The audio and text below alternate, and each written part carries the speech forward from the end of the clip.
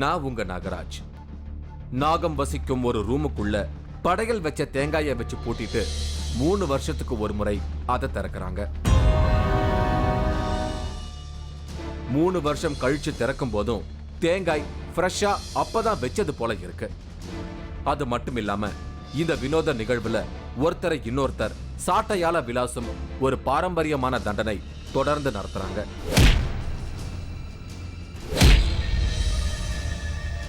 அதையெல்லாம் பார்க்கத்தான் இப்ப நான் பயணம் செஞ்சுக்கிட்டு இருக்கேன்.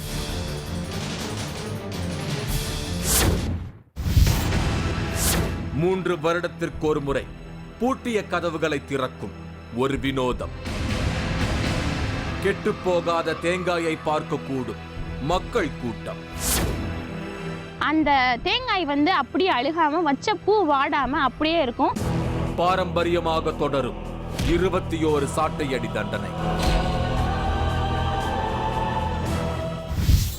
நான் இன்னைக்கு சிவகாசி பக்கத்துல இருக்கிற வடமலாபுரம் கிராமத்துக்கு போயிட்டு இருக்கேன்.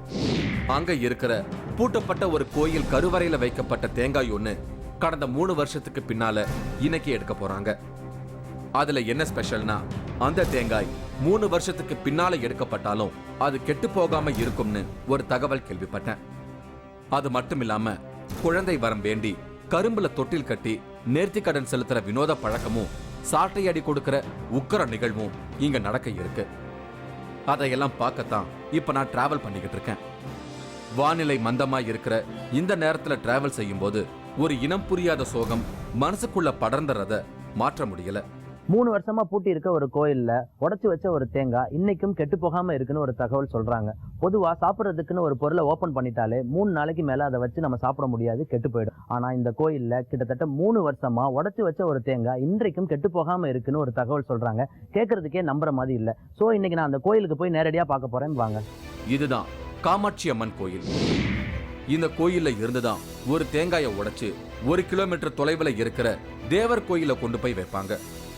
இப்ப பூட்டப்பட்டிருக்கிற இந்த தேவர் கோயில் கதவு இன்னும் கொஞ்ச நேரத்துல திறப்பாங்க. ஏற்கனவே 3 வருஷத்துக்கு முன்னால உள்ள வச்ச தேங்காயை எடுப்பாங்க. நான் ஆள் அரவம் இல்லாம இருக்கிற இந்த கோயிலை விட்டுட்டு காமாட்சி அம்மன் இருக்கிற கோயிலுக்கு போனேன். இங்க வரிசையா நிக்கிற வாகனங்களை பார்க்கும்போது கோயிலுக்கு வந்திருப்பவங்களோட செல்வ செழிப்பை தெரிஞ்சுக்க முடியுது. கோயில மக்கள் கூட்டத்துக்கு கணக்கே இல்லை. குடும்பமா வந்திருந்த மக்கள் உறவுகளை சந்திச்ச மகிழ்ச்சியில இருந்தாங்க. கோயில் பிரகாரத்துக்குள்ள நிறைய தெய்வங்களோட சிலைகளை பார்த்தேன். எல்லா தெய்வமும் உக்கரமான தெய்வமா இருந்துச்சு. கோயில் கருவறையை ஷூட் பண்றதுக்கு எங்களை அனுமதிக்கல. ஊருக்கு வெளியே ஒதுக்குப்புறமா இப்படி ஒரு ஃபங்க்ஷன் நடக்கிறது பலருக்கு தெரியாது.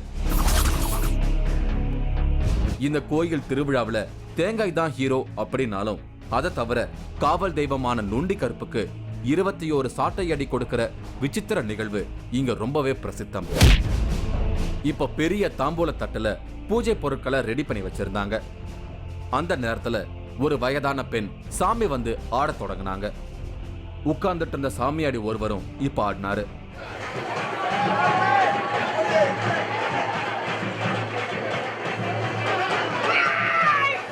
மங்கள வாத்தியங்களோட சத்தம் ஒலிக்க அந்த இடமே கலேபரமா மாறிடுச்சு.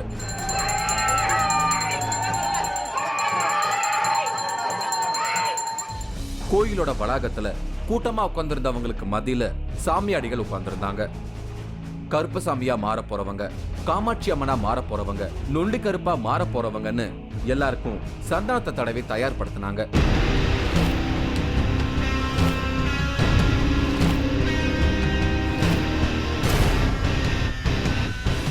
இப்ப தேங்காய் ஒன்ன உடைச்சு எல்லா சாமிகளையும் கும்பிட்டுட்டு பூஜை கூடைகளை எடுத்துக்கிட்டு புறப்பட தொடங்கினாங்க.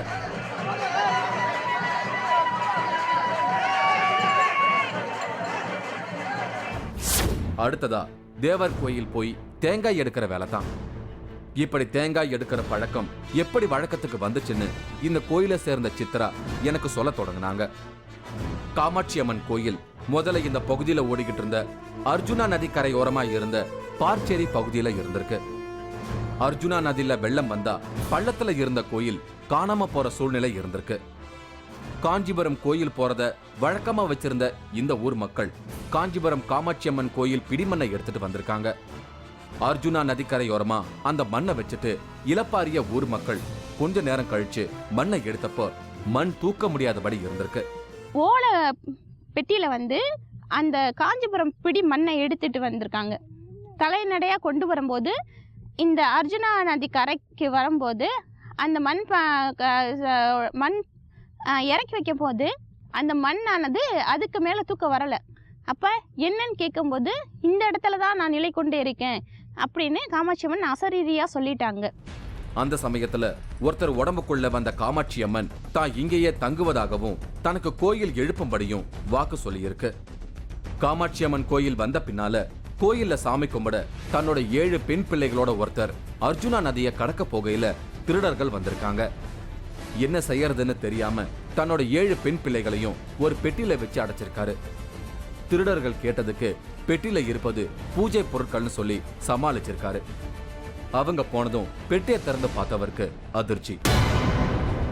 ஒரு குடும்பத்தில் இருக்க 7 பொண்ணுங்க, அவங்க அம்மா அப்பா எல்லாரும் வரும்போது எதிரிகள் வந்து அந்த குடும்பத்து பொண்களை வந்து தாக்க வரும்போது அவங்க என்ன பண்ணியிருக்காங்க, அந்த 7 குழந்தைகளையும் ஒரு பெட்டியில் வச்சு மூடிட்டாங்க. மூடிட்டு எதிரிகள் வந்து கேட்க போகும்போது என்ன அப்படின்னு கேட்கும்போது கோயில் பூஜை பொருள் கொண்டு போகிறோம் அப்படின்னவும் கோயில் பூஜை பொருள் அப்படின்னு சொல்லவும் அவங்க அந்த பெட்டியை வந்து தொடாமல் அவங்க பேசாமல் போயிட்டாங்க. அந்த பகைவர்கள் போன பிறட்டி அந்த பெட்டியை திறந்து பார்த்தா அந்த 7 கன்னி பொண்களும் வந்து அப்படியே அம்மன் ரூபமாக சிலையாக மாறிட்டாங்க. பெட்டிக்குள்ள இருந்த 7 பெண் குழந்தைகளும் 7 கன்னியர் சிலையா மாறி இருந்ததை பார்த்து அதிர்ச்சியான அவருக்கு அசரீரி ஒண்ணு கேட்டிருக்கு. அதுபடி காமாட்சி அம்மன் கோயில உடைக்கிற தேங்காயை ஏற்கனவே நாகங்கள் வசிச்ச இடத்துல வச்சுட்டு வீட்டை பூட்டிடுங்க. 3 வருஷம் கழிச்சு நீங்க திறந்து பார்க்கும்போது தேங்காய் அப்படியே இருந்தா எங்களோட சக்தி அங்க இருக்குதுன்னு அர்த்தம் சொல்லி அசரீரி குரல் மௌனமாகி இருக்கு.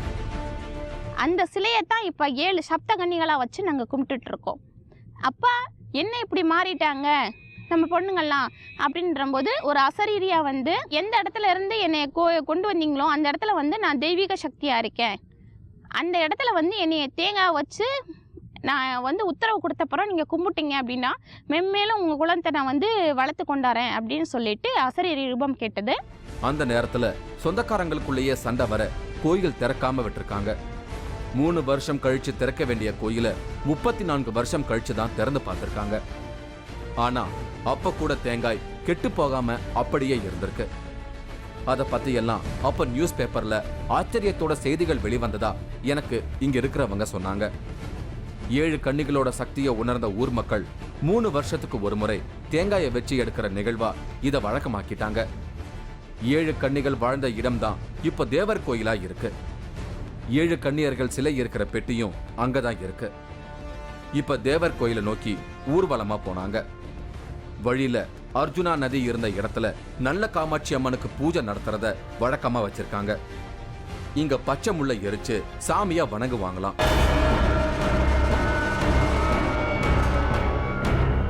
பூஜை செய்துட்டு இருந்த நேரத்துல ஒவ்வொரு சாமியாடிகளும் அருள் வந்து ஆடினாங்க.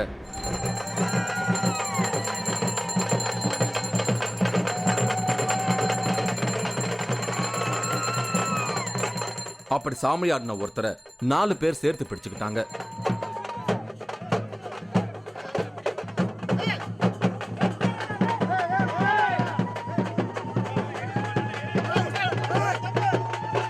ஊர்வலம் இப்போ தேவர் கோயிலை நோக்கி போச்சு. வழியில இருந்த சில ஊர் தெய்வங்களுக்கு வழிபாடு செய்துட்டு கடைசியா தான் தேவர் கோயில் வருவாங்க.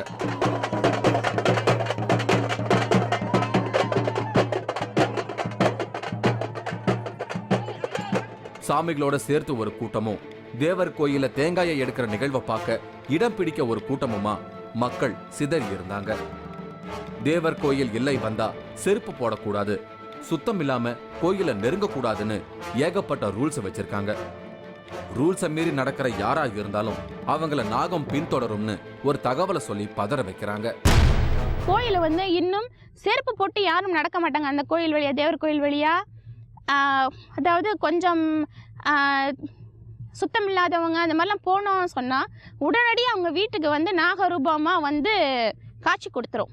அந்த கோயில் வாசலில் அந்த கதவுக்கு முன்னால் வந்து சூடம் ஏற்றி மன்னிப்பு கேட்டு சாமி கும்பிட்டு போனால் ஒழிய அதுக்கான மன்னிப்பு வந்து கிடைக்காது அவங்களுக்கு. தேவர் கோயில்ல கூட்டம் இப்ப கணிசமா இருந்தது. ஒரு பெண் நாகம் மாதிரி வளைஞ்சு நெளிஞ்சபடி இருந்தாங்க. இப்ப நெரிசல் உள்ள இடமா தேவர் கோயில் மாறி இருக்கு. தேவர் கோயில் வளாகத்துக்குள்ள சாமியாடிகள் என்ட்ரி ஆயிட்டாங்க. பூசாரி கதவு பக்கத்துல நின்னுகிட்டு பூஜை செஞ்சு கதவை திறக்கிறாரு.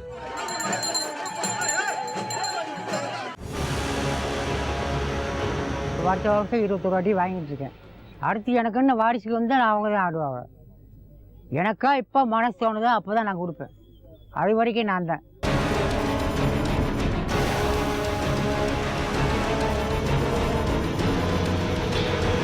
மூன்றாவது கண் இடைவேளைக்கு பின் தொடரும்.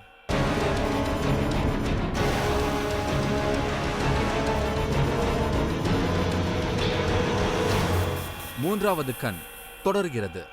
நான் இன்னைக்கு சிவகாசி பக்கத்துல இருக்கிற வடமலாபுரம் கிராமத்துக்கு வந்திருக்கேன். இங்க இருக்கிற ஒரு கோயில்ல 3 வருஷத்துக்கு முன்னாடி உடைச்சு வச்ச ஒரு தேங்காயை இன்னைக்கு எடுக்க போறாங்க. அந்த தேங்காய் இப்போ உடைச்சது மாதிரியே ஃப்ரெஷ்ஷா இருக்கும்னு எனக்கு தகவல் சொல்லியிருந்தாங்க. அதை பார்க்கத்தான் நான் இப்போ வெயிட் பண்ணிக்கிட்டு இருக்கேன். பூசாரி கதவு பக்கத்துல நின்னுக்கிட்டு பூஜை செஞ்சு கதவை திறக்கிறாரு. கூட்டத்துல இருந்து சத்தம் அதிகமாகுது. கதவை திறக்க முடியல. இப்ப கூட 2 பேர் சேர்ந்து முயற்சி செய்யறாங்க. பட் முடியல. எந்த நிகழ்வை பார்க்கணும்னு சென்னையில இருந்து வந்தனோ அது பார்க்க முடியாம போயிடுமோன்னு கொஞ்சம் குழப்பமா இருக்கு. இன்னொரு பக்கம் ஷூட் பண்றதே கஷ்டமா இருக்கு. 3 வருஷம் பூட்டியே இருந்ததால கதவை திறக்கிறதுக்கு இவ்வளவு சிரமப்பட வேண்டியிருக்கு.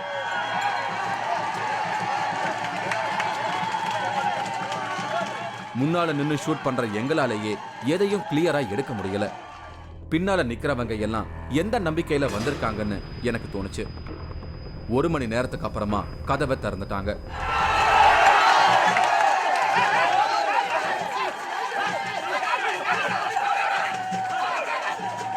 ரெண்டு பேரை தவிர யாரையும் உள்ள விடல. காமாட்சியம்மன் கோயில இருந்து கொண்டு வந்த பூஜை பொருட்கள் தேங்காய் உள்ள தட்டை உள்ள கொண்டு போனாங்க. தேவர் கோயில் கருவறையில உள்ள பூஜை செய்த தீபாராதனை தட்டை வெளியே எடுத்துட்டு வந்தாங்க.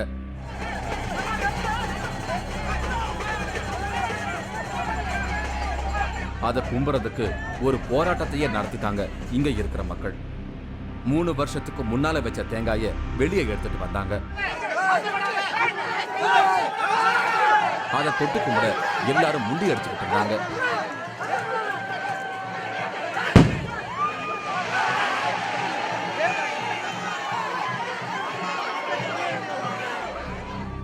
தேங்காய் தட்டு வெளியே வந்ததும் கூட்டம் கொஞ்சம் கொஞ்சமா கலைஞ்சு போனாங்க. என்னால 3 வருஷமா உள்ள இருந்த தேங்காயை பார்க்க முடியல. ஆனா இப்ப காமாட்சி அம்மன் கோயிலுக்கு போனா அந்த தேங்காயை பார்க்கலாம்னு எனக்கு வந்த யோசனையால திரும்பவும் நான் காமாட்சி அம்மன் கோயிலுக்கு போனேன். கோயிலுக்கு போனதும் தேங்காயை நான் தேடினேன். கோயில் முக்கியஸ்தர் ஒருத்தர் எனக்கு அந்த தேங்காயை காட்டினாரு. அதுல தேவர் கோயில இருந்து எடுத்ததையும் வெளியே வச்சு ஃப்ரெஷ்ஷா உடைச்ச தேங்காயையும் பார்த்து நான் கொஞ்சம் குழம்பிட்டேன். ஏன்னா 2 தேங்காயுமே ஒரே மாதிரி தான் இருக்கு. எனக்கு கொஞ்சம் கூட வித்தியாசமே தெரியல. பொதுவா உடைச்சு வச்ச தேங்காய் பூசணம் பிடிச்சிடும், இல்ல சுருங்கி போயிடும், இல்ல அழுகி போயிடும். ஆனா இந்த தேங்காயில அப்படி எதுவுமே இல்லாம இருக்கிறது ஆச்சரியத்தை ஏற்படுத்துது. இப்ப அந்த தேங்காயை கும்புறதுக்கே ஒரு கியூ நின்னதை நான் பார்த்தேன். அந்த நேரத்துல கரும்புல தொட்டில் கட்டி தொட்டிலுக்குள்ள குழந்தைய வச்சு சிலர் எடுத்துட்டு போனதை பார்த்தேன். இவ்வளவு நேரம் எங்க இருந்தாங்கன்னே தெரியல. வரிசையா கரும்பு தொட்டில் வந்துகிட்டே இருந்தது. கோயில 3 சுத்து சுத்தி திருநீர் பூசினதும் நேர்த்தி கடன் முடிவுக்கு வரதா சொல்றாங்க.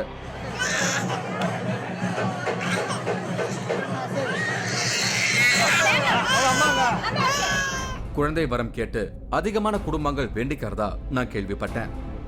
இந்த கோயில் பிரகாரத்துல ஒரே இடத்துல 3 மரங்கள் இருக்குது.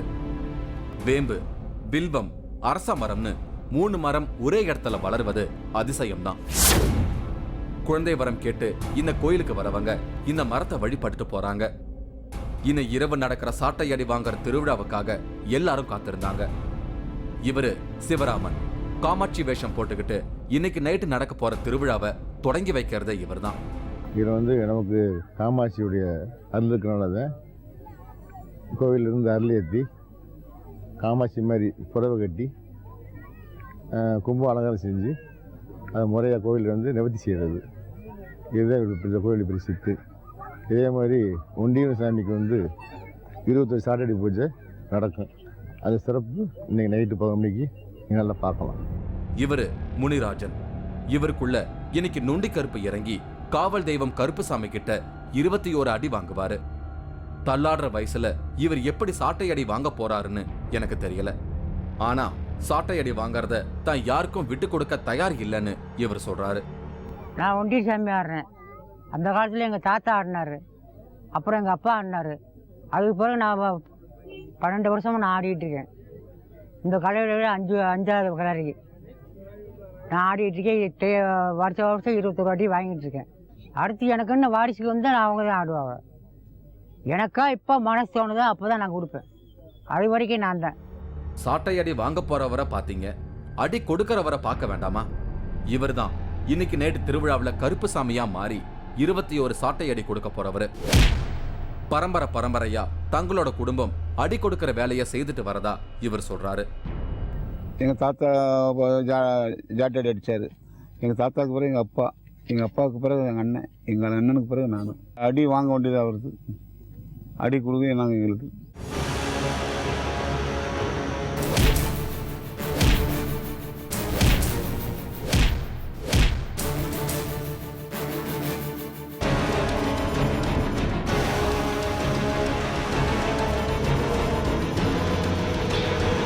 மூன்றாவது கண் இடைவேளைக்கு பின் தொடரும்.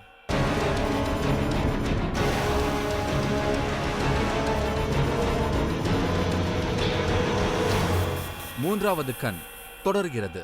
இன்னைக்கு நான் சிவகாசி பக்கத்துல இருக்கிற வடமலாபுரம் கிராமத்துக்கு வந்திருக்கேன். ஏற்கனவே 3 வருஷத்துக்கு முன்னால வச்ச தேங்காயை இன்னைக்கு காலையில எடுக்கும்போது அது கெட்டு போகாம இருந்ததை பார்த்து நான் அசந்து போயிட்டேன். அது மட்டும் இல்லாம இந்த நாளோட நடுநிசி நேரத்துல சாமிக்கு சாட்டை அடி கொடுக்கிற ஒரு வினோத நிகழ்வு நடக்கவிருக்கு. அதையெல்லாம் பார்க்கத்தான் நான் இங்க காத்துக்கிட்டு இருக்கேன். சாயங்கால நேரமாச்சு. கோயில் திரும்பவும் பழைய உற்சாகத்துக்கு வந்தது. அடுத்ததா நொண்டி கருப்புக்கு சாட்டை அடி கொடுக்கறது தான் இந்த திருவிழாவோட கடைசி நிகழ்வு. அதை பார்க்கத்தான் எல்லாரும் முழிச்சிருந்து காத்திருக்காங்க. நொண்டி கருப்புக்கு அடி கொடுக்கறதுக்கு பின்னால ஒரு கதை இங்க சொல்லப்படுது. வேட்டைக்கு சாமிகள் போகும்போது காவல் தெய்வங்கள் முன்ன போறது வழக்கம். ஆனா ஒரு நாள் நொண்டி கருப்பு பின்தங்கிட கடமை தவறுன அவருக்கு தண்டனையா 21 சாட்டை அடி கொடுக்கறத வழக்கமாக்கி வச்சிருக்காங்க. அது இன்னைக்கு வரைக்கும் நீடிப்பதா சொல்றாங்க. கருப்பனை வேலைக்கு போகிறாரு. காமாட்சி அம்மனுக்கு துணைக்கு போகும்போது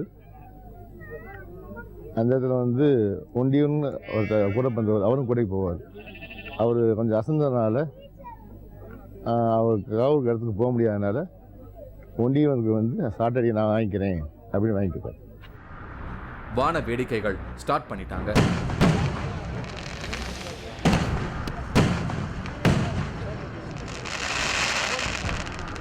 கோயிலுக்குள்ள பூஜைகள் செய்து கருப்புசாமி நொண்டி கருப்புன்னு சாமிகள் எல்லாம் தங்களோட ட்ரெஸ்ஸை போட்டுக்கிட்டு ரெடி ஆனாங்க.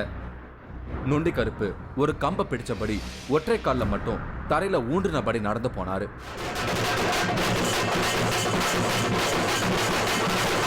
அவர் நொண்டி கருப்பா மாறி இருந்தாரு. அவர் மட்டும் இல்லாம எல்லா சாமிகளும் வேட்டைக்கு போறத போல கோயிலுக்கு வெளியே வந்து அங்க இருந்த திறந்த வெளி மைதானத்துல எல்லாரும் கூடினாங்க. கருப்பணசாமியா மாறி இருக்கிறவரு இப்ப திமிரிக்கிட்டு இருந்தாரு. அவர் தன்னோட கையையும் காலையும் கட்டுப்படுத்த பெரிய சிறுத்தையை எடுத்துக்கிட்டு இருந்தாரு. கொஞ்ச நேரத்துல எழுந்து அரிவாளோட ஓடி போனாரு.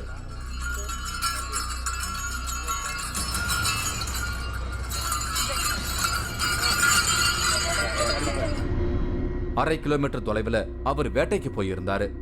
ஆனா எங்களை ஷூட் பண்ண அனுமதிக்காததால நாங்க கூட்டத்துக்கு பக்கத்திலேயே நின்னுக்கிட்டோம். கொஞ்ச நேரத்துல அவர் திரும்பி வந்தாரு. அதுக்குள்ள சாட்டை அடி திருவிழாவுக்கான எல்லாம் ரெடி ஆகி இருந்தது. பேய் பிடிச்சவங்க, பில்லி சூனியம் பிடிச்சவங்கள பொதுவாக திருவிழாவில் சாட்டை அடிக்கிறத நான் பார்த்துருக்கேன். ஆனால் இந்த கோயிலில் புராண காலத்தில் நொண்டி கருப்பு செஞ்ச ஒரு தவறுக்காக இன்றைக்கும் நொண்டி கருப்புக்கு சாட்டை அடி கொடுக்குற ஒரு வினோதமான சம்பிரதாயம் பழக்கத்தில் இருக்கு. சிவராமன் தன்னை காமாட்சி அம்மனை போல அலங்கரிச்சுக்கிட்டாரு.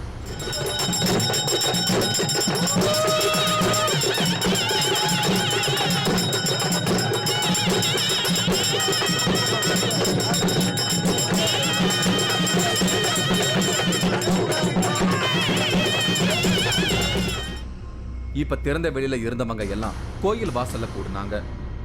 வட்ட வடிவத்துல நடுவுல இடம் விட்டு கூடி இருந்தாங்க. பூ அலங்காரம் செய்த அம்மனை கையில ஏந்தினபடி வந்த சிவராமன் நொண்டி கருப்புக்கு திருநீர் பூசி விட்டாரு. குறிப்பா நொண்டி கருப்பு அடி வாங்க போற அந்த கையில எல்லாம் திருநீர் தடவி விட்டாரு. அடுத்ததா கருப்புசாமி என்ட்ரி ஆகி சாட்டைய சுழட்ட தொடங்கினாரு.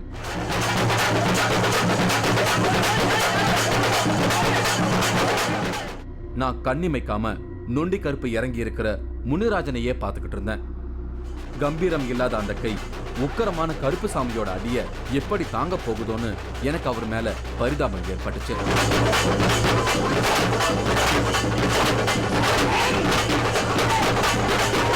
அந்த நேரத்துல சொத்துன்னு முதல் அடி விழ நொண்டி கருப்பு அப்படியே நின்னுக்கிட்டு இருந்தாரு.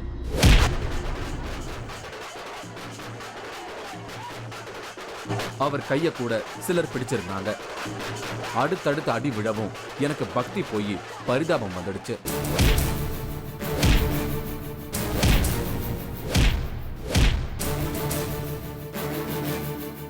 ஆனா அவர் காலையில என்கிட்ட சொன்னது ஞாபகத்துக்கு வந்து போச்சு. வருஷம் 21 அடி வாங்கிட்டு இருக்கேன். எனக்கா இப்போ மனசு தோணுதோ அப்போதான் நான் கொடுப்பேன். அது வரைக்கும் நான் தான். முனிராஜே தான் நொண்டி கருப்பா இருப்பேன்னு அடம் பிடிக்கும் போது ஒன்னும் சொல்றதுக்கு இல்ல. சாட்டை அடி வாங்குற தாத்தாவை பார்க்கும்போதே பாவமா இருந்தது. நார்மலா இருக்கும்போது சாட்டை அடி வாங்கியிருந்தாருன்னா கண்டிப்பா தாங்கியிருக்க முடியாது.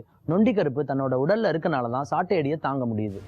15 அடியை தாண்டி விழுந்த ஒவ்வொரு சாட்டை அடியிலையும் நான் கொஞ்சம் மிரண்டுதான் போயிட்டேன். ஏன்னா நொண்டி கருப்பு வாங்கின அடி ஒவ்வொன்றும் அவ்வளவு வேகமா வந்து விழுந்தது. சில நேரங்கள்ல அடி கொடுக்கிற கருப்புசாமி சாட்டைய யாரோ ஒருத்தர்கிட்ட கொடுத்துட்டு ஆடிக்கிட்டு இருந்தாரு. அது நொண்டி கருப்புக்கான ரெஸ்ட் நேரம் போல எனக்கு தோணுச்சு. மக்கள் ரொம்ப உற்சாகமா குரல் எழுப்பிக்கிட்டு இருந்தாங்க. ஏன்னா அடுத்து விழ போறதுதான் கடைசி சாட்டையடி. 21வது சாட்டையடி வாங்கறதுக்காக நொண்டி கருப்பு வெயிட் பண்ணிக்கிட்டு இருந்தாரு. கொஞ்சம் மெதுவா அடிச்சா பரவாயில்லைன்னு எனக்கு தோணுச்சு. இதோ கடைசி அடி விழுந்தாச்சு.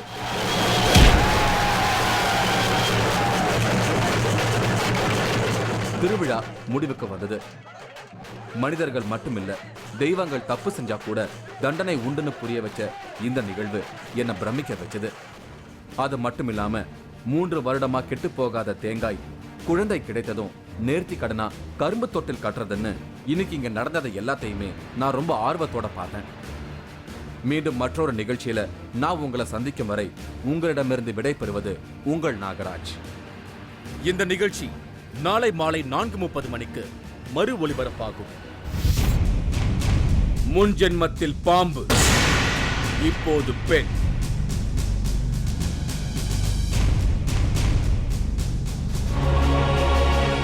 பார்ப்பவர்களை மிரள வைக்கும் முன் ஜென்ம அடையாளம். 1 2 3 மறுபடியும் அந்த ஜென்மத்தில் இன்னும் தள்ளி போகிறோம். இன்னும் கொஞ்சம் வயசாயிடுச்சு உங்களுக்கு. பரபரக்க வைக்கும் முன் ஜென்ம அனுபவங்கள். நீங்களும் இந்த திகில் பயணத்தில் கலந்து கொள்ள ஒரு வாய்ப்பு. 3வது கண் டிவி ஷோ என்ற Facebook பக்கத்தில் எங்களோடு இணைந்திடுங்கள். உங்களது அமானுஷ்ய அனுபவங்களை பதிவு செய்து இந்த நிகழ்ச்சியில் பங்கு பெறும் வாய்ப்பை பெறுங்கள்.